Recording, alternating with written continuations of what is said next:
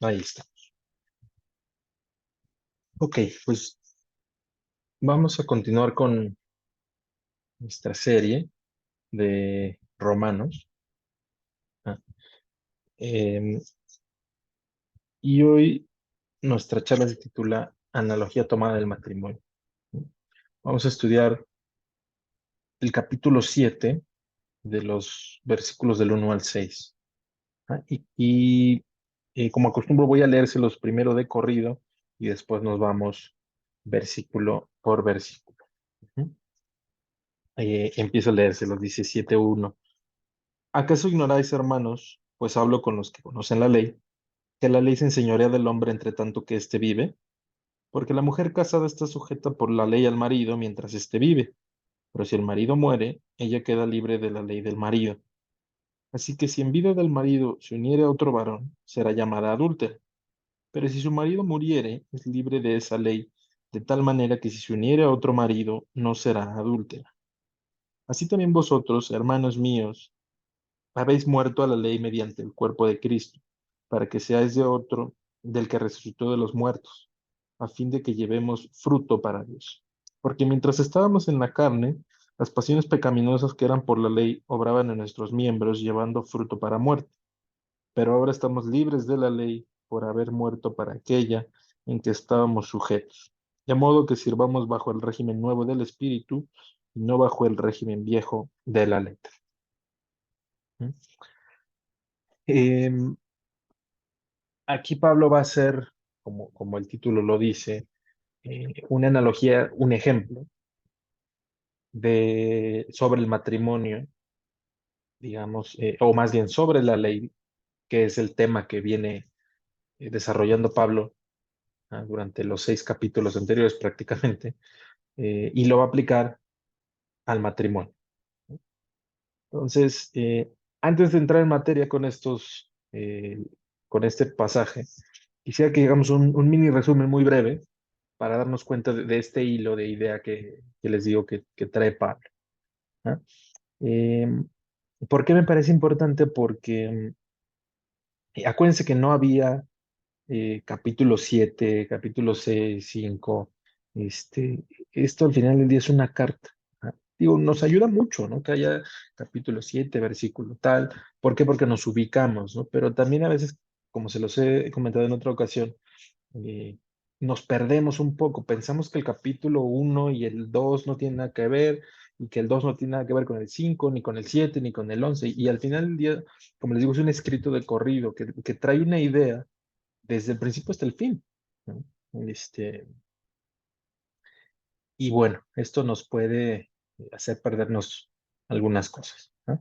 Entonces, les empiezo con Romanos 3, 19 y 20, y lo tienen en pantalla, y se los leo. Dice, pero sabemos que todo lo que la ley dice, lo dice a los que están bajo la ley, para que toda boca se cierre y todo mundo quede bajo el juicio de Dios, ya que por las obras de la ley ningún ser humano será justificado delante de él, porque por medio de la ley es el conocimiento del pecado. Entonces, lo primero que Pablo nos dice acerca de la ley es que por medio de la ley nadie va a ser justificado. Ahorita vamos a ver un poquito más de detalle, pero en general nos queda claro que no es por obras, que nadie puede hacer nada lo suficientemente bueno o la suficiente cantidad de cosas buenas para que Dios diga, "Ah, o sea, no, no es como lo imaginamos de la balanza, ¿no? Pues sí, hiciste más cosas buenas que cosas malas. No, no funciona así. Entonces, es lo primero que nos dice Pablo. Lo siguiente que nos dice está aquí en el Romanos 4:15 y Romanos 5:20, y se los puse también. Dice, pues la ley produce ira, porque donde no hay ley, tampoco hay transgresión. Ahí luego dice el 5:20, perdón, pero la ley se introdujo para que el pecado abundase más. Perdón, para que el pecado abundase más. Cuando el pecado abundó, sobreabundó la gracia. Entonces, lo siguiente que nos dice Pablo es que la ley eh, fue dada para poner en evidencia que nadie la puede cumplir, básicamente, ¿no? Y miren, les pongo el ejemplo. ¿Cómo sabríamos que está mal mentir, si la ley no lo dijera? Que está mal codiciar si la ley no lo dijera. final del día, nosotros sabemos que algo está mal porque hay una norma que nos dice que así es, la mayoría de las veces, por lo menos. Estoy hablando de la ley de Dios. Entonces no podemos saber que una línea está chueca si no tenemos referencia de una línea derecha, ¿se entiende? Entonces, ese es el propósito de la ley, que veamos, prácticamente que hagamos un contraste con nuestra conducta natural, ¿no? Y la ley, y siempre va a ser dispar. Ajá. Y la tercera cosa que nos ha dicho Pablo sobre la ley está en el capítulo 6. Les leo versículos 1 y 2. Dice, ¿qué pues diremos? ¿Perseveraremos en el pecado para que la gracia abunde? En ninguna manera, porque los que hemos muerto al pecado, ¿cómo viviremos aún en él? Dice, sabiendo esto, el versículo 6, sabiendo esto, que nuestro viejo hombre fue crucificado juntamente con él, para que el cuerpo del pecado sea destruido, a fin de que no sirvamos más al pecado. Entonces, lo tercero que nos dice Pablo es que hemos muerto, espiritualmente hablando, a la ley, a través de Jesucristo, como dice aquí el 6:6. Nuestro viejo hombre fue crucificado junto con Cristo para que este cuerpo sea muerto, ¿ah? Y ya no seamos servidores del pecado. ¿Ah? Miren, esto, si es mucha información así de golpe, no se me preocupen, lo que quiero hacer es darles claves. Ajá, les estoy aventando las piezas del rompecabezas y ahorita lo armamos en conjunto. Ajá, porque todos estos versículos que les estoy poniendo como mini resumen son claves para poder interpretar correctamente lo que vamos a estudiar el día de hoy. Ajá. Pero antes de empezar, como les digo, esto va a ser un ejemplo que da Pablo a través del matrimonio. ¿Ah? Y para que nosotros podamos entender un ejemplo, tenemos que conocer el tema del que nos van a dar el ejemplo. ¿No? Eh, si yo llegara y les dijera, oigan, les voy a hablar de la ley de Dios, y les voy a poner como ejemplo la física cuántica, miren, es muy probable que no entendamos nada, ¿no? Yo no sé ustedes, pero yo no sé lo más mínimo de física cuántica. ¿No? Entonces, si yo no sé y ustedes no saben, estamos fritos, porque el ejemplo no se va a entender, ¿se entiende? Entonces, Pablo nos va a hablar sobre el matrimonio y va a hacer este símil, ajá, con la ley. Entonces, voy a aprovechar, porque el pasaje se presta, eh, para puntualizar a un par solamente de principios sobre el matrimonio. Esto no es una plática matrimonial, ni creo ser yo el indicado para hacerla, pero me parece importante. Les digo, primero, porque el pasaje se presta, y para que lo entendamos de mejor manera. Número dos, porque sí creo que nos surge poder refrescar estos principios que les adelanto, no les voy a decir nada nuevo, pero como les digo, es refrescar estos principios. ¿No? Y miren, en la semana veía una conferencia de un intelectual eh, de las ciencias sociales, es politólogo y varias cosas. Y lo invitó un pastor, no recuerdo si de Florida o en alguna parte de Estados Unidos, eh, a dar una plática en su iglesia sobre la familia. Esta persona que les digo, este intelectual, no es, por lo menos hasta donde yo entiendo, no es cristiano, no es creyente. ¿Ah? Sin embargo, se puede considerar lo que sería conservador, digamos, dentro del punto de vista político, si lo quieren ver así. Ajá. Entonces, él habla mucho en contra del aborto, en contra de la ideología de género, en contra de todo lo que hoy vemos como normal. ¿No? Eh, y miren, quiero hacerles una cita casi textual, lo voy a tratar de hacer lo más apegado a lo que él dijo, porque me pareció muy bueno, ¿no? Y creo que está muy claro, muy digerible sobre la idea que él quiso dar. Entonces, miren, para empezar voy a darles títulos de algunas noticias que han pasado este, en años recientes o en meses recientes. ¿Ah? Solamente les puse los títulos, quien lo quiera googlear y buscar son de medios reconocidos, no, ni siquiera son medios alternativos, ni mucho menos, son de medios importantes. Ajá. Y aquí se los puse así a manera de recorte muy breve. El país dice, un hombre se casa con árboles para proteger la naturaleza. ¿Ah? El Clarín, un fisicoculturista ruso se casó con una muñeca inflable. Telemundo, un congresista se casa con su perro. por estar decepcionada de los hombres, entre comillas. BBC. Me casé con un holograma, es difícil de entender, pero debería ser respetado. Eso, si no mal recuerdo, fue en Tokio. ABC, en España, dice, una mujer se casa con una estación de tren, perdón, se enamora de una estación de tren y se casa con ella. Este es de Canal 26, que si no mal recuerdo también es en España. Y se encontró el amor en el mar y se casó con un delfín. ¿No? Y miren, esto puede parecernos chusco, ¿no? Gracioso.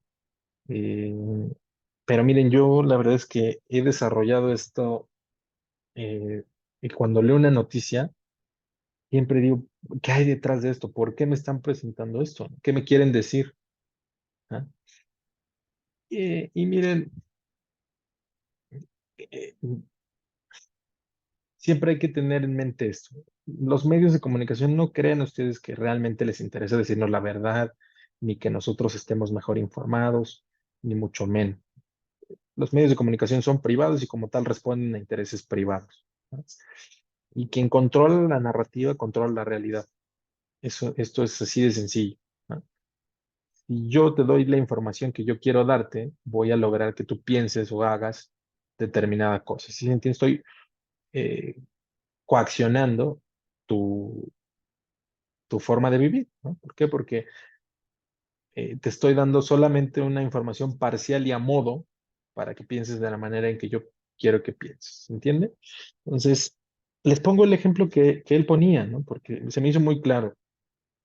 ¿Qué está pasando con estas noticias? Miren, esto es un vaso, ¿estamos de acuerdo? ¿Sí? Un vaso. Entonces, si viene alguien ahorita aquí a mi casa, que es la de todos ustedes, y yo le digo, oye, pásame un vaso, pásame el vaso, me va a dar este objeto, ¿no? ¿Por qué? Porque esta persona va a entender que la palabra vaso, el sonido que emito al decir vaso, apunta hacia este objeto. Ujú. Pero ¿qué pasa si además de este vaso, yo digo que este celular es un vaso? ¿No? Este celular se llama vaso y mis lentes también se llaman vaso y mi Biblia, ajá, también es un vaso y la computadora que tengo enfrente también es un vaso. ¿No? Viene la misma persona y yo le digo, oye, pásame el vaso. No me va a pasar nada, ¿entiende? No va a entender de qué le estoy hablando. Va a decir, oye, tienes 5 cosas diferentes que tú dices que es un vaso y quieres que te dé. Eso, o sea, ¿qué pasó aquí? Yo ensanché tanto el significado de la palabra que perdió el sentido. ¿Ah? Y esto es lo que está pasando hoy con el matrimonio. ¿Ah?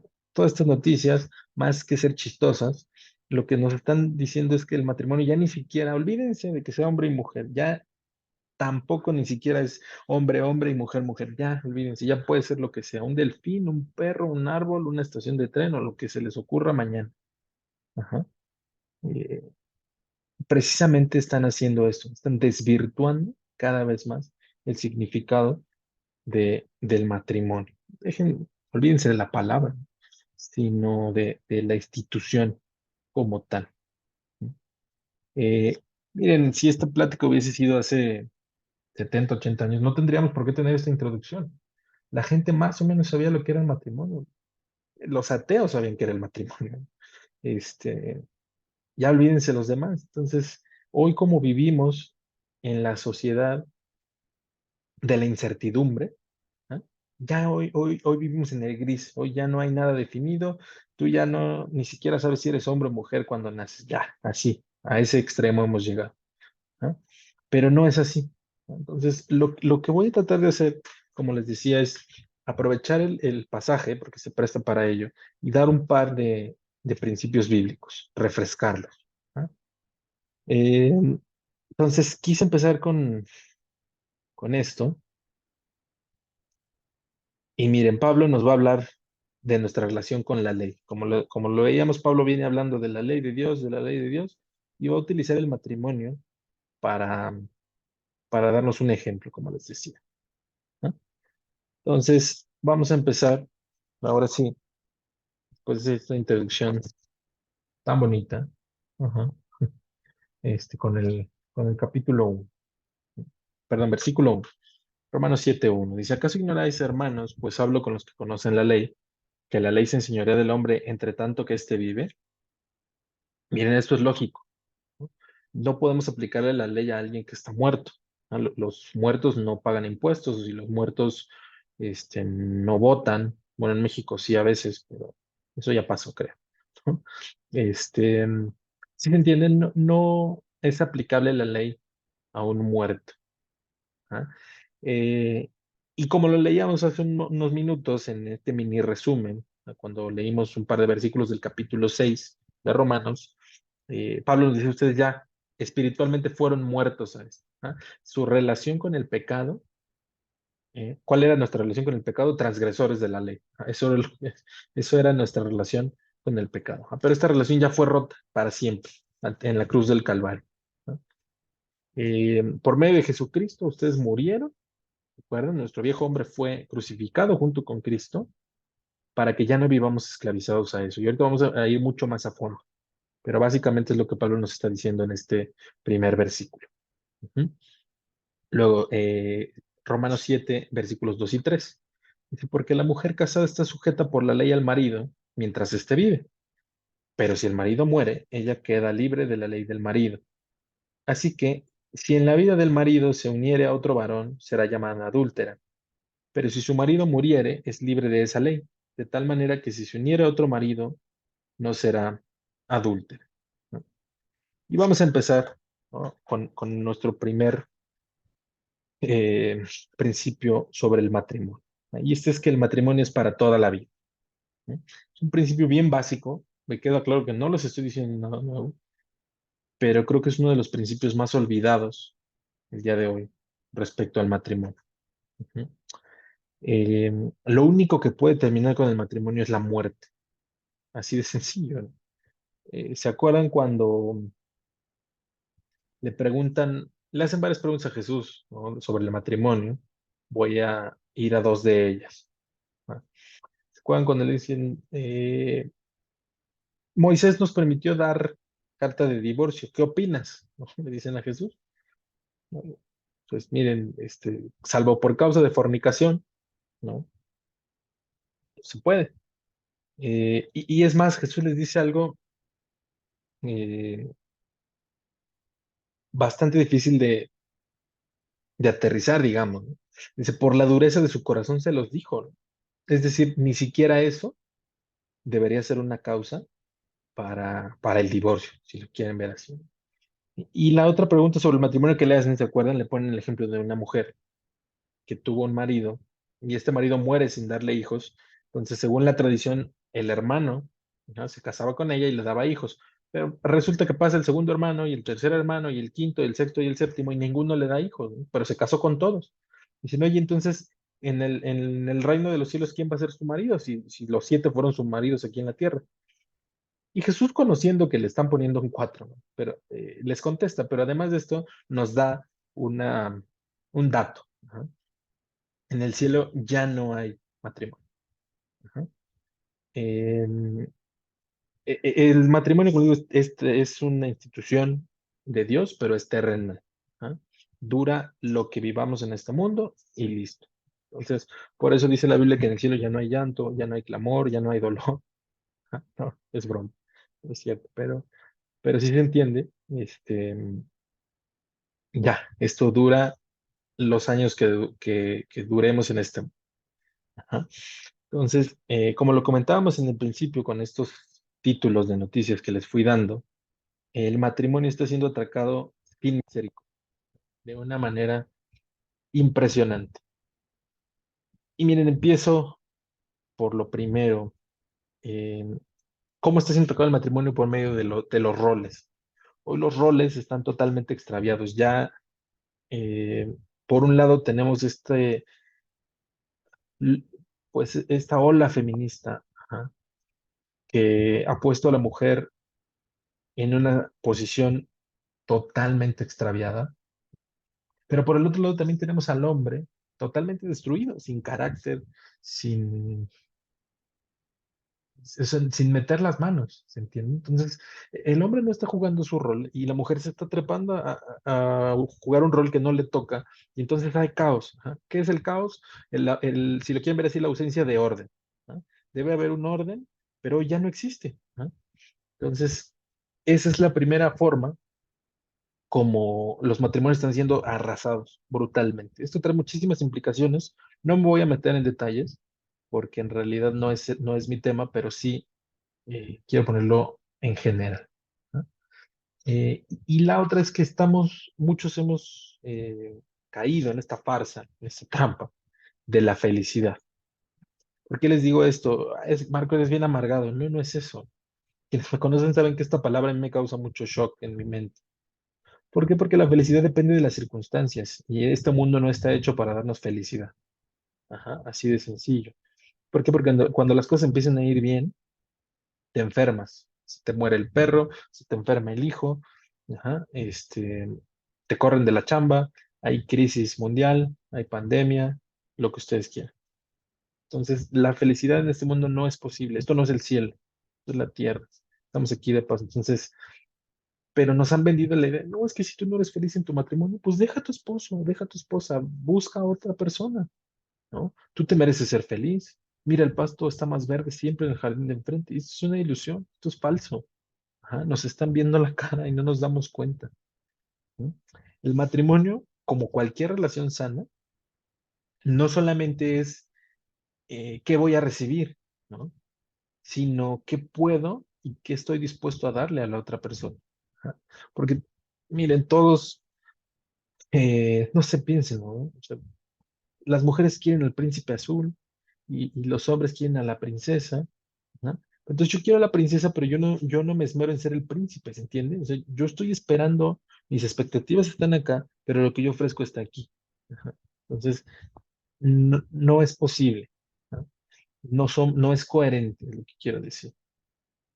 Entonces, nos hemos vuelto seres egocéntricos y hemocéntricos. Nuestra vida se basa en nuestro ego, yo quiero, yo necesito, yo, ¿ah? O hemocéntricos, que está basado en nuestras emociones. Ah, es que yo siento, es que ya no siento, es que siento. Ajá. Nuestra vida no se puede basar tampoco en esto, porque es totalmente inestable. ¿Ah? ¿Sí les ha pasado que en la mañana se levantan así, golpeándose el pecho, y no, ahora sí agárrate, mundo, vas a ver, y en la tarde están chillando? ¿Se acuerdan de Elías? ¿Se acuerdan de Elías que tiene una victoria impresionante contra 450 profetas? Ajá, y al otro día el cuate se quiere morir y le está diciendo, Dios, mátame. ¿Sí les ha pasado? Nuestras emociones son tan cambiantes que no podemos basar nuestra vida en ellas, ¿no? Mucho menos nuestro matrimonio, porque implica la vida de otra persona, que es nuestro cónyuge, y de nuestros hijos cuando vienen hijos. Entonces, es construir un castillo de cartas, ¿no? Que tarde o temprano con el más mínimo viento se va a caer. Entonces, no podemos vivir así. Eh, Miren, creo que no hemos alcanzado a comprender la profundidad espiritual que implica el matrimonio para Dios. Creo que eso es un gran problema. Miren, aquí les traje dos versículos que nos van a ayudar a comprenderlo un poquito más. En Génesis 2:24 dice, por tanto, dejará el hombre a su padre y a su madre, y se unirá a su mujer, y serán una sola carne. Esta parte donde dice una sola, ¿ah? En hebreo es la palabra ejad, ¿ah? Que también se usa, como les puse aquí en Deuteronomio 6:4. Dice, oye Israel, Jehová nuestro Dios, Jehová, uno es. Misma palabra, ejad, que implica unión. ¿Mm? En el caso de Génesis, dice del hombre y de la mujer. Ahí serán una sola carne. En el caso de Deuteronomio, está hablando de Dios. Ujú. ¿Cómo lo entenderíamos nosotros?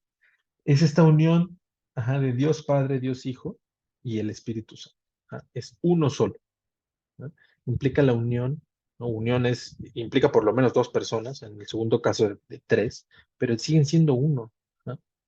Entonces, fíjense cómo Dios usa la misma palabra para describir dos relaciones que podrían parecer totalmente distantes. Ajá. Pero dice, quiero que esta unión que yo tengo, ajá, con mi hijo, con mi espíritu, la tengas tú con tu esposo o tú con tu esposa, ¿no? Pero les digo, hoy no, es que ya no siento, es que ya se nos acabó el amor, es que ya, sí se entiende, por cualquier tontería. Eh, la palabra divorcio aparece, muy fácil en el vocabulario de muchas personas. Hay gente que se casa pensando en divorciarse. Ajá. Eh, y miren, hace algunos años, me acuerdo haber leído una entrevista que le hicieron a Ruth Bell, que es era, que ya falleció, la esposa de Billy Graham. Ajá. Y no recuerdo hace cuántos años le hicieron esa entrevista, yo la leí no hace muchos, llevaban 35 años de casados. ¿No? Le dice, oiga, doña Ruth, ¿nunca ha pensado en el divorcio en estos 35 años? Y contesta, dice, en el divorcio nunca, en el asesinato varias veces, ¿no? Miren, todos los que tenemos más de 15 días casados entendemos que el matrimonio implica conflictos, ¿no? Y que va a haber muchos pleitos, y a veces por tonterías. Oye, es que no le pusiste la tapa a la pasta de dientes, ¿no? No, es que tú dejaste la ropa tirada. No, sí se entiende, muchas veces peleamos por sandeces, ¿no? Y no puede ser que esas tonterías lleguen al grado de decir, no, ya, se acabó. No, no puede ser. Miren, en el mundo nos esperaríamos eso y más. Esto no puede pasar en la iglesia, ¿no? Porque si el matrimonio cristiano no funciona, olvídense, estamos fritos. Ajá, el mundo está perdido. ¿Por qué? Porque dice, bueno, mi vecino se está divorciando. Sí, pero también hay cristiano, ¿no? Entonces, no, pues, entonces esto ya bailó. Entonces, no nos puede pasar como cristianos, ¿no? O sea, nuestros matrimonios no pueden reventar igual que los matrimonios del mundo. No, no podemos dar ese testimonio, ¿no? Y bueno, como comentábamos en el principio, la ley solo se le aplica a las personas vivas, ¿ah? Quiero leerles rápidamente el significado del diccionario, tal cual. Aquí tengo abierto la RAE, ajá, de la palabra matrimonio. Dice, es la unión de hombre y mujer, fíjense cómo es muy específico, la unión de hombre y mujer, concertada mediante ciertos ritos o formalidades legales para establecer y mantener una comunidad de vida e intereses. ¿Sí? Como les decía, la unión. ¿Ah? Esta es una unión jurídica, esta definición que vi, ¿no? Como dice, ciertos ritos eh, legales. ¿Ah? Eh, y tienen un objetivo en común. Ajá. Pero al haber una unión, esto es, finalmente es un contrato entre dos personas, hombre y mujer. Si uno de los dos contrayentes muere, automáticamente pues, ya la unión ya no existe, porque ya no puedes unir una sola persona, ¿se entiende? Entonces quedas libre, ¿no? Ya no eres casado, ahora eres viudo, ¿no? Entonces ya no te aplica la misma ley, ¿se entiende? Porque ya no existe la otra parte, ¿no? Entonces, una vez que quedaste libre de esto, puedes volver a casar o no volver a casarte según lo que tú quieras, ¿no? Pues si estás casado no te puedes volver a casar, ¿ah? ¿Se entiende esta, esta parte? ¿Ah? Entonces, esto que nos enseña que no había otra forma de librarnos del juicio que venía con la ley, ¿no? Más que la muerte. Y como ya lo vimos también al principio en nuestro resumen, en el sentido espiritual ya sucedió. Nosotros, quiere decir que no vamos a ser juzgados, ya fuimos juzgados, ¿no? Fuimos juzgados y fuimos encontrados culpables. ¿Y que creen? También castigados. Por eso Cristo se subió a una cruz. Si se dan cuenta, Dios no habla en el tiempo futuro, ¿no? Él habla en pasado.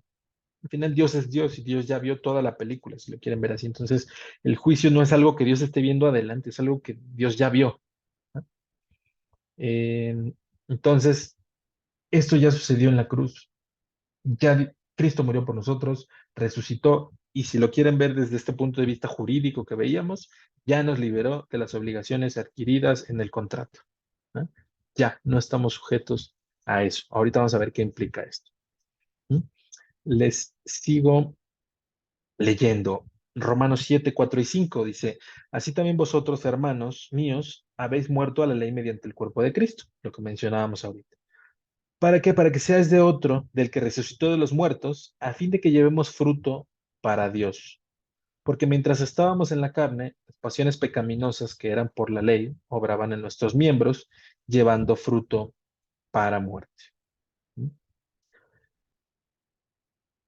Bueno, pues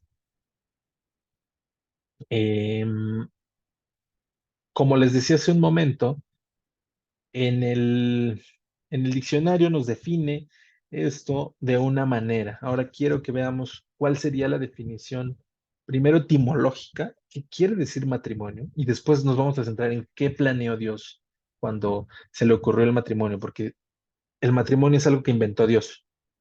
Creo que eh, por si no lo sabíamos, esto es lo que sucedió. ¿Ah? Pero quiero centrarme en esto, dice, a fin de que llevemos fruto para Dios. ¿Ah? Eh, la palabra, vamos a centrarnos primero en el principio sobre el matrimonio. ¿Ah? Y les digo, el matrimonio fue diseñado con un propósito, como lo dice aquí, para que llevemos fruto para Dios. Ajá. ¿Qué quiere decir matrimonio desde un punto de vista etimológico? Etimológico es la composición de la palabra. ¿Ah? Viene del latín matrimonium, ¿ah? Que se compone de dos palabras, mater, que quiere decir madre, y monium, que quiere decir, eh, depende del diccionario que consulten, puede ser calidad de o un acto formal. ¿Ah? Entonces, se podría traducir como el estatus que se le da a una mujer casada, ¿no? De ser la madre legal de los hijos de su esposo. Así de sencillo. ¿Qué quiere decir esto? Que el matrimonio va a implicar que haya hijos. ¿Ah? Y esto vamos a centrar en el contexto en el que se da. ¿Ah? Pero va ligado a otro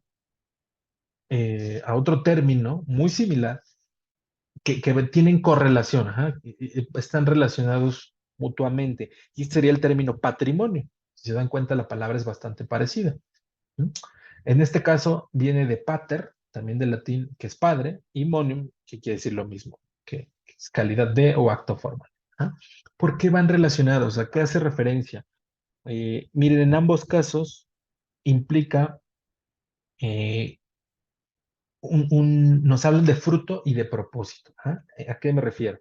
El matrimonio, la parte del matrimonio nos habla de una descendencia. ¿Ah? Eh, y la parte de patrimonio nos habla de una transmisión, ya sea cultural, social, económica, hacia esa descendencia. ¿Ah? Entonces siempre hay un fruto y un propósito, ¿ah? Que se unen para finalmente acrecentar, en este caso, la sociedad, así de sencillo, ¿no? Eh, y miren, que este les digo es el punto de vista, si lo quieren ver, social, ¿ah? Desde la etimología hasta el propósito que tiene en nuestra sociedad. Pero, ¿qué es lo que planeó Dios? O sea, y como les digo, Dios inventó el matrimonio. ¿Ah? Y aquí les traje un par de versículos al respecto. ¿Ah? Primero Génesis 2:18 dice, dijo Jehová Dios, no es bueno que el hombre esté solo, le haré ayuda idónea para él. ¿Ah? Aquí, este es el preciso momento donde Dios crea el matrimonio. ¿Ah? Matrimonio entre dos personas, no entre tres, no entre cuatro, no entre siete. ¿Ah? Y de un hombre y de una mujer. Ajá. Y creo que es bastante claro esto. Este, entonces, Dios planeó ayuda idónea para el hombre. ¿Ah? Efectivamente, el matrimonio, como Dios lo planeó, es una relación jerárquica. ¿Ah? ¿Cuál sería esta jerarquía? Cristo, el marido y la esposa. Les leo 1 Corintios 11. Dice, en versículo 3, dice, pero quiero que sepáis que Cristo es la cabeza de todo varón y el varón es la cabeza de la mujer y Dios la cabeza de Cristo. ¿Mm?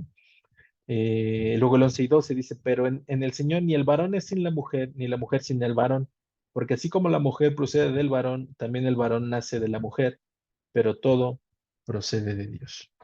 ¿Mm? Entonces, esto no es simple y sencillamente un acto jurídico, ni un rito religioso, ni mucho menos. ¿Mm? Es una relación que Dios planeó con jerarquía y de amor. Y no piensen en amor romántico, la cena, las flores, eso está padrísimo, sí, pero no es lo que Dios planeó. ¿Ah? Por lo menos no es el propósito principal. ¿Ah? ¿Qué quiere decir? Que es de cuidado, de protección, de crecimiento, etcétera. ¿Ah? La idea de Dios fue hacer dos seres que se unieran con un propósito en común Ajá, y si lo quieren ver así, se repartieran ciertas tareas para lograr ese propósito. ¿No? Volvemos hacia el punto, perdón, de la ley. La unión, perdón, la idea de Dios mediante esta nueva unión, ahora hablando de nosotros con Cristo, es que nuestra vida tuviera un propósito que nos conduzca a producir este fruto. Ajá. Un fruto para vida y no para muerte, como dice el versículo, ¿no? Porque antes nuestro fruto era para muerte, por medio de la ley, por medio del pecado. Ajá. Y es lo que va a seguir Pablo diciendo el resto del capítulo 7, profundizando en este tema, porque sin la ley, como les decía, nunca nos hubiéramos dado cuenta de que estábamos cometiendo pecados. Entonces, oye, ¿la ley es mala? Es lo que dice Pablo después, ¿no? Es esta pregunta. Para nada. Es nuestra naturaleza la que está predispuesta a hacer el mal. La ley únicamente lo que hace es ayudarnos a contrastar. ¿Ah? Piensen en un niño, ¿no? ¿Quién le enseña a hacer berrinche a un bebé? Por supuesto, conforme va creciendo nosotros, los papás les vamos dando clases de mentira, de berrinche y lo que ustedes quieran, pero cuando son bebés, ajá, eh, aprenden rápido, ¿no? ¿Y quién les enseña? Finalmente eso ya lo traen. ¿Ah? Tú te puedes dar cuenta, los que tienen hijos, este, que verdaderamente eso ya lo traen. ¿Quién le enseña les digo, a hacer berrinche? Los bebés pueden manipular a los papás. Los bebés saben que si sonríen, te ponen feliz y sonríes, ¿no? Pero saben que si lloran, te ponen en aprietos, ¿no? Entonces, ¿esto quién se lo enseña? Nadie, esto ya viene. Es nuestro cuerpo corrupto, ¿no? Que está dispuesto, como les digo, a hacer el mal. Y les leo Romanos 7:6 dice, pero ahora estamos libres de la ley por haber muerto para aquella en que estábamos sujetos, de modo que sirvamos bajo el régimen nuevo del Espíritu y no bajo el régimen viejo de la letra. ¿Mm? Entonces, ya una vez que Cristo murió y nos liberó, ya no tenemos cadenas que nos aten al pecado. Eso era la ley en términos simples. Era esta cadena que nos ataba hacia el pecado y que nos hacía ver nuestras faltas. Pero esta fue sustituida por algo que se llama gracia. La gracia, mire, muchas veces tratamos de definir, ¿no? Nos encanta, me incluyo, pero hay cosas que no, simple y sencillamente no se pueden, ¿no? Podríamos describir la gracia de muchísimas maneras y creo que nunca vamos a terminar de entenderla. Por supuesto, hay maneras de explicarla muy acertadas y muy buenas, pero no implica que la gracia simple y sencillamente sea eso. Entonces, miren, en pocas palabras implica la decisión de Dios, ¿no? De formar parte de la vida del ser humano, ¿no? Dios no tendría por qué formar parte de nuestra vida, ¿no? No tendría por qué interesarle nuestro trabajo, nuestra familia, nuestro coche, lo que ustedes quieran. Sin embargo, Dios toma la decisión de que así sea, ¿no? La gracia es algo que no merecemos, ¿no? Que no vemos, pero que podemos alcanzar, ¿no? Es finalmente Dios quien pone a nuestra disposición este recurso divino, ¿no? Para limpiarnos, para acercarnos a Dios, para poder llevarnos con Él, que finalmente es el propósito por el cual Dios creó al ser humano. Así de simple, porque quiere llevarse con nosotros. Y todo el plan desde el principio hasta el fin está hecho para eso, ¿no? ¿Y cómo podemos ver más claramente manifestada esta gracia? Mediante el Espíritu Santo, ¿no? El Espíritu Santo nunca hicimos nada para llamarlo a nuestras vidas, ni para que se quedara con nosotros, mucho menos, ¿ah? Dios en su bondad nos lo mandó. ¿Por qué? Porque para empezar, sin el Espíritu Santo nunca hubiésemos sido salvos. Juan 16, 8 y 9 dice, y cuando Él venga, está hablando del Espíritu Santo, se convencerá al mundo de pecado, de justicia y de juicio. Aclara Jesús de pecado por cuanto no creen en mí. ¿No? El Espíritu Santo es quien hace esta chamba en el corazón de cada uno de nosotros, ¿no? De decir, oye, no has estado viviendo bien, has estado quebrantando la ley de Dios, necesitas esto que te están ofreciendo. Por supuesto, uno habla, ¿no? Oye, este, ahí vamos a decirle al vecino, oye vecino, mira, quiero platicarte de la Biblia y te quiero dar un folleto y mira, Dios te ama y quiere cambiar tu vida. Y sí, nosotros hacemos esa chamba, pero la importante la hace el Espíritu Santo, porque empieza a convencer, ¿no? Imagínense, empieza a decir, sí es cierto, escucha, si has vivido mal, si te has equivocado, ¿entiende? Entonces necesitas esto. Y ya estará en la persona o no aceptarlo. Pero el Espíritu Santo hace su trabajo. Y por otra parte, el Espíritu Santo, una vez que ya nos convertimos, empieza a transformarnos. Aquí les leo Jeremías 31:33. Dice, pero este es el pacto que haré con la casa de Israel después de aquellos días, dice Jehová. Daré mi ley en su mente y la escribiré en su corazón. Yo seré a ellos por Dios y ellos me serán a mí por pueblo. Nos habla a través de la ley, ¿se dan cuenta? Aquí nos dice que la va a poner en nuestra mente y la va a grabar en nuestros corazones. Ya no es una pesada obligación la ley. Ahora es un acto de amor hacia nuestro Señor, hacia nuestro Dios. Ajá. Ya no cumplo la ley porque tengo miedo a ser castigado, ¿no? Cualquier ley tiene algo que se llama cláusulas punitivas, ¿no? Que quiere decir que yo te doy ciertas normas y si tú no las cumples, hay otras normas que me dicen cómo castigar. Ajá. Y la ley de Dios no es la excepción. Entonces, mi motivación, por ejemplo, para no adulterar no debe ser que me van a apedrear, como dice la ley de Dios, ¿no? O sea, eso ya no va a pasar para empezar. Sin embargo, no es algo que yo vaya, bueno, como ya no hay consecuencias, pues entonces voy y lo hago. No, ¿se entiende? Ya no es una obligación pesada, ya es un acto consciente y pleno de amor y de entrega de la voluntad, ¿no? Entonces, fuimos libres, ¿ah? Ya somos libres del pecado. Sin embargo, esto no implica que la ley desapareció y que no, pues yo ya, como yo ya estoy bajo la gracia, ya no estoy bajo la ley, yo ya puedo hacer lo que yo quiera. No, no, como les digo, esto ya se trata más de un acto de amor. Ajá. Eh, ¿Y qué pasa con la ley? A veces nos vamos a dos extremos. Ajá. Y como dice aquí el versículo que leímos en el 6, me regreso tantito, dice, de modo que sirvamos bajo el régimen nuevo del Espíritu y no bajo el régimen viejo de la letra. Y voy a irme primero al viejo régimen de la letra y después vamos al nuevo régimen del Espíritu. ¿Qué es el viejo régimen de la letra? ¿Ah? Por una parte, es decir, ser cerrado, ¿ah?, ante la ley. ¿Qué quiere decir? Eh, Les pongo un ejemplo. Llega el cristiano que vio en YouTube el video y entonces empieza ya a decir, oye, es que tenemos que guardar el sábado, porque la Biblia lo dice, y es que tenemos que, ya es luna nueva, y hay que hacer el rito, y hay que hacer, ¿se entiende? Y ya vamos a comer kosher, ya no voy a comer cerdo, ya no voy a hacer esto, ya no voy a hacer aquello.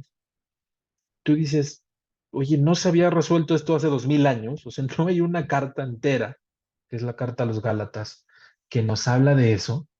¿Mm? Si se acuerdan, los Gálatas eran gentiles, ¿no?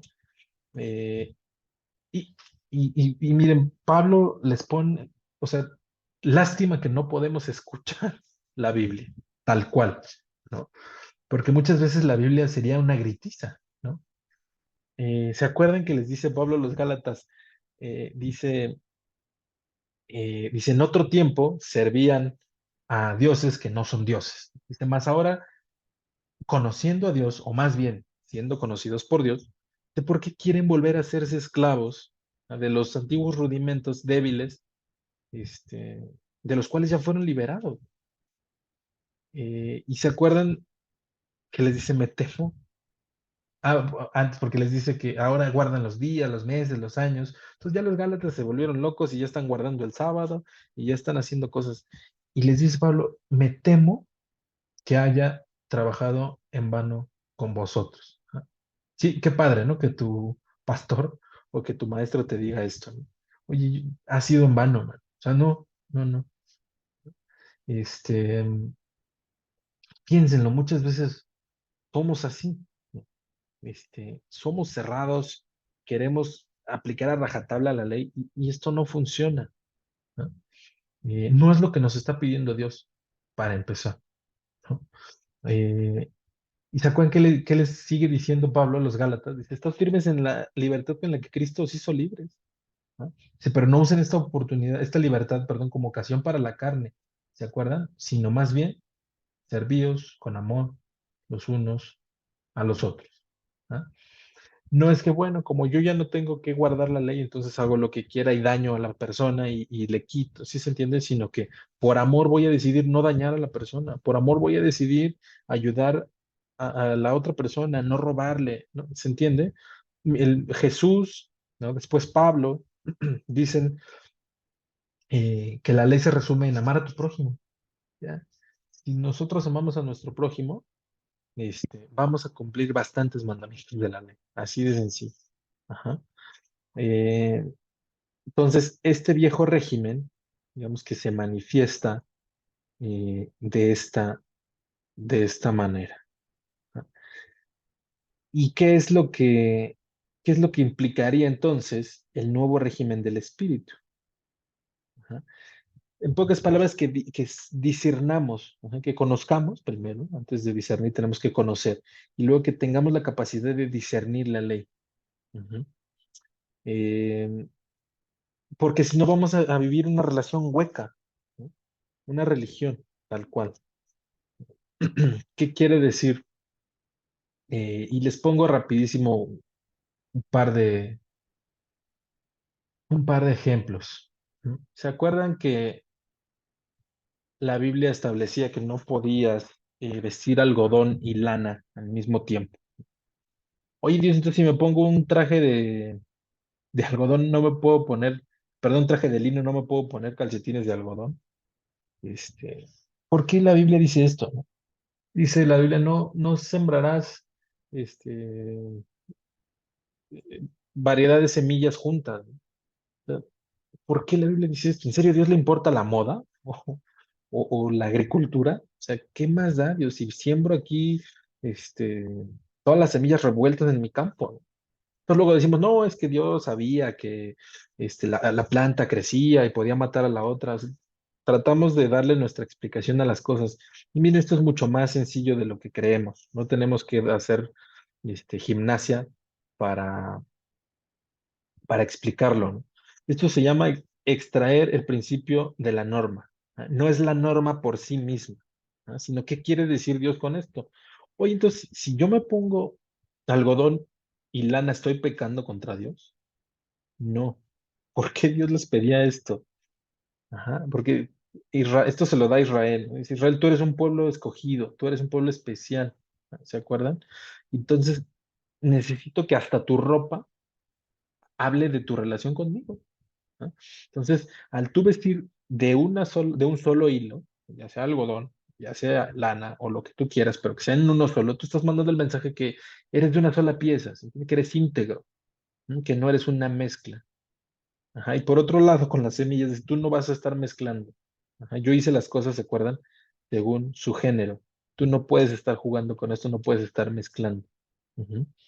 Entonces, miren, si quieren ponerse lino con zapatos, perdón, con calcetines de algodón, pónganselos, no están pecando. ¿Sí? Pero a veces caemos en estas ridiculeces, la verdad, ¿no? Y les pongo el otro ejemplo, ahí en Corintios capítulo 9 si no mal recuerdo, ¿se acuerdan que dice Pablo? Está hablando Pablo de los derechos de ser apóstol, ¿se acuerdan? Dicen, oigan, yo soy apóstol, no puedo comer, no puedo tener esposa, ¿se acuerdan? Y dice, ¿no? En la ley de Moisés no está escrito, no pondréis bozal al buey que trilla, ¿no? Eh, Dice Pablo, ¿Dios tiene cuidado por los bueyes o lo dice enteramente por nosotros? Dice, pues por nosotros está escrito, ¿no? Entonces, insisto, esto está escrito en la ley, no pondrás bozal al buey que trilla. Entonces, si le pongo el bozal, ¿estoy pecando contra Dios? ¿Se entiende? No. Como Pablo lo dice, lo escribió por nosotros, para darnos una enseñanza, para que nosotros, porque Dios está esperando que seamos capaces de extraer la enseñanza. Ujú. Y de que vayamos a pedírselo, por supuesto. No es que, bueno, yo soy muy inteligente, muy sabio y lo voy a hacer, no. Que vayamos con Dios y que Él nos dé esa enseñanza. Ujú. Pero a veces decimos, no, es que la Biblia dice esto, y es que la Biblia dice sí, pero lo arrancamos de contexto y le metemos nuestros prejuicios a la Biblia y adecuamos todo a que diga lo que nosotros pensamos y no es así, ¿no? Oye, es que el sábado, es que no puedo hacer esto, no puedo hacer aquello, ¿no? Oye, y si mejor dejas de chupar, ¿no? Digo, creo que estaría mejor, ¿no? Oye, ¿y si dejas de mentir para variar? ¿no? Creo que le harías mejor al mundo, ¿no? ¿Se entiende? Nos volvemos hipócritas, ujú, como los fariseos del tiempo de Jesús. ¿No? Colamos el mosquito y nos tragamos el camello, ¿se acuerdan? Entonces, eso no es lo que Dios quiere, no, es la religión hueca. ¿No? Esa sería la diferencia entre el viejo régimen de la letra y el nuevo del espíritu. Alguien que puede discernir. ¿Por qué me está diciendo Dios esto? ¿Por qué me lo está pidiendo? ¿En qué contexto lo dijeron? ¿Qué aplica en mi vida? ¿Ah? Y nos evitaremos, ¿ah?, de estar haciendo osos espirituales por todos lados. Los vamos a hacer, nos queda claro, todos. Ajá. Pero, pues digo, que sean los menos posibles. Entonces, hay que discernir y aplicar a nuestras vidas esta ley, pero viviendo firmes en la libertad con la que Cristo nos hizo libres, no volviéndonos a esclavizar al yugo de la ley y del pecado. ¿Ah? ¿Por qué? Porque nadie va a cumplir la ley en su totalidad. ¿Y se acuerdan qué diría Santiago? El que incumple un mandamiento ya es culpable de incumplirlos todos. ¿No? Entonces, pues miren, no, la verdad es que ni para qué lo intentamos. ¿Ah? No, mejor vivamos en la gracia. Si vamos a cumplir la ley, que sea porque por amor a nuestro Señor, que sea con discernimiento, que sea con sabiduría. ¿Ah? Yo, estas últimas semanas, eh, he adaptado o he acoplado en mi oración una petición, ¿no? Todos los días le estoy pidiendo a Dios tres cosas. Le estoy pidiendo dirección, ajá, que Dios que me guíe a hacer lo que Él quiere que yo haga, a ir a donde quiere que vaya, a hacer, a dirigir mi vida hacia donde Él quiere que la dirija. Le estoy pidiendo sabiduría, ajá, que me enseñe a navegar, a negociar la vida, a ser sabio, a no irme por el bulto, no irme con la finta, si lo quieren ver así. Eh, y gracia, gracia para precisamente ir todos los días, número uno, acercándome a él, número dos, eh, pues solventando lo que la vida nos va aventando, ¿no? Vamos a necesitar la gracia todos los días de nuestra vida. Y también para encontrar favor ante los ojos de Dios y ante los de las personas, ¿no? Todos los días tratamos con personas que, pues más nos vale que encontremos favor en sus ojos, ¿no? Entonces, eso es lo que yo le estoy pidiendo a Dios todos los días. Si a alguien le sirve, si alguien lo quiere adecuar, cambiarle, ponerle, quitarle, yo se los dejo como tip. ¿Ah? Y miren, me regreso. Les decía que gracias a Cristo fuimos librados de la condenación que la ley nos traía, ¿no? Porque evidentemente nadie puede cumplir toda la ley, ¿no? Y una de las características que tiene Dios es que es justo, ¿no?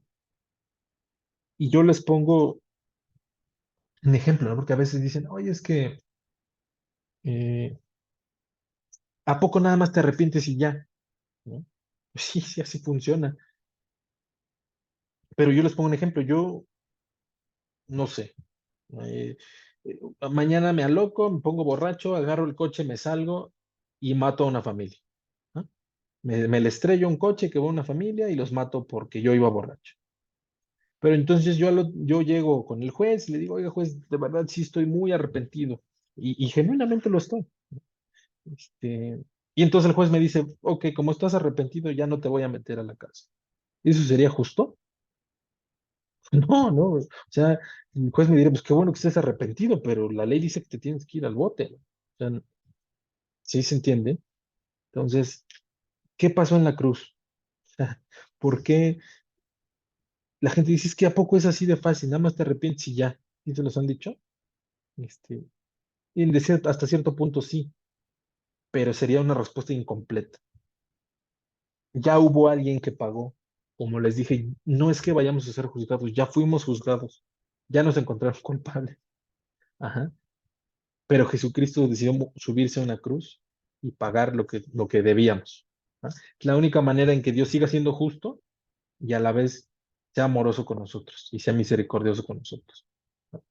Él mismo pagó por nuestras faltas. Entonces aquí me estoy dirigiendo a quienes a lo mejor escuchan este mensaje por primera vez, a quienes no tienen claro este punto en sus vidas, ¿no? Y quiero terminar esta plática leyéndoles algunos versículos, ya no me alargo mucho, se los prometo. Eh, Está en Isaías 53. Les leo versículos 4 y 6 y 10 y 11. ¿Ah? Dice, ciertamente llevó en nuestras enfermedades, está hablando de Cristo, y sufrió nuestros dolores, y nosotros le tuvimos por azotado, por herido de Dios y abatido. Mas él herido fue por nuestras rebeliones, molido por nuestros pecados. El castigo de nuestra paz fue sobre él, y por su llaga fuimos nosotros curados. Todos nosotros nos descarriamos como ovejas, cada cual se apartó por su camino, mas Jehová cargó en él el pecado de todos nosotros. Con todo eso, Jehová quiso quebrantarlo, sujetándole a padecimiento, cuando haya puesto su vida en expiación por el pecado. Verá linaje, vivirá por largos días, y la voluntad de Jehová será en su mano prosperada. Verá el fruto de la aflicción de su alma y quedará satisfecho. Por su conocimiento justificará mi siervo justo a muchos, y llevará las iniquidades de ellos.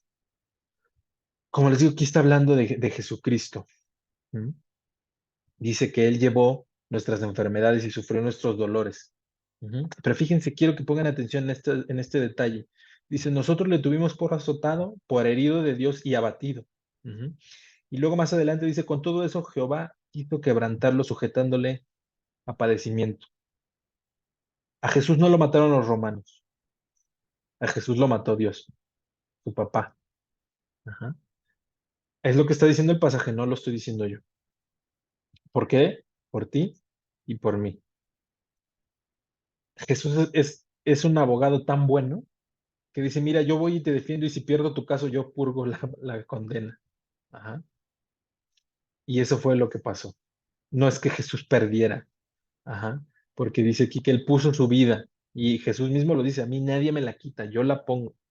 Ajá. Dice, y verá el linaje y vivirá por largos días y la voluntad de Dios será en su mano prosperada.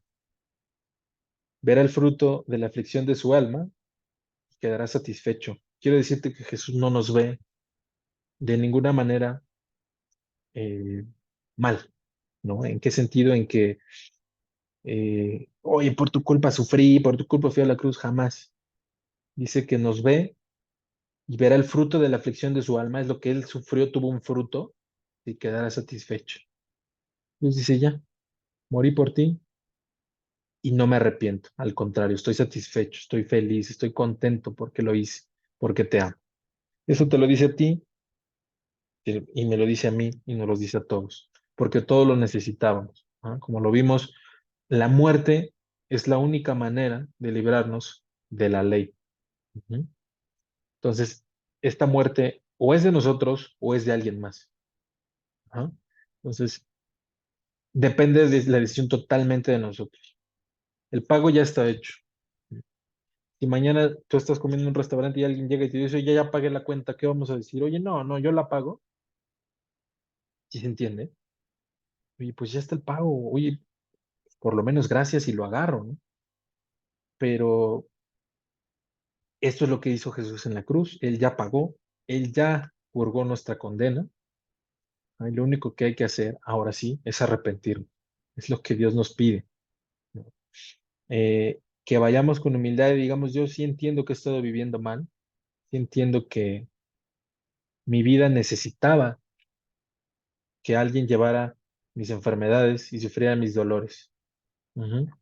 Que alguien fuera herido por mis rebeliones y molido por mis pecados. Ajá, y que el castigo de mi paz fuera puesto sobre él. Y esa persona se llama Jesús. Y esa persona hoy está parada enfrente de ti, esperando que tú tomes una decisión. Dice Apocalipsis 3:20, y aquí yo estoy a la puerta y llamo. Si alguno oye mi voz y abre la puerta, entraré a él y cenaré con él y él conmigo. Ya termino con una historia, ¿m? Muy breve.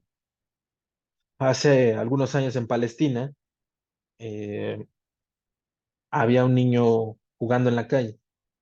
¿No? Al mismo tiempo en la avenida viene bajando un judío en su coche. Eh, entonces el niño está jugando en la calle, se atraviesa la calle sin ver y el judío lo atropella. Ajá. Yo creo que sabemos que los judíos y los palestinos no se llevan bien en lo más mínimo. Entonces, el judío que va en el coche no pudo hacer nada para evitar el golpe, ¿se entiende? Eh, entonces él se baja, ve lo que acaba de pasar y tiene miedo porque está en otro lugar que no es su casa. Y acaba de pasar algo muy grave. Entonces, se sube al coche y se va. Ajá. Eh, Sin embargo, pasan los años y él no puede vivir con esto en su conciencia. Ajá. Y casualmente después de algunos años conoce a un palestino que se vuelve su amigo. Ajá. Y después de varios años de amistad le dice, oye, ¿sabes qué? Necesito confesarte algo. Hace algunos años pasó esto, yo iba manejando, eh, no pude hacer nada, el niño me salió de la nada y lo atropellé. Solamente quiero saber si el niño está vivo. ¿No? El amigo le dice, oye, no te preocupes, déjame investigar. Ya, oye, pues más o menos dónde fue, ya le pide algunos datos y pasan los días y regresa el palestino y le dice, oye, ya encontré a la familia. El niño que atropellaste efectivamente murió. Hablé con el papá, le expliqué la situación y el niño era sordo. El niño no tenía manera de haber escuchado el coche que venía.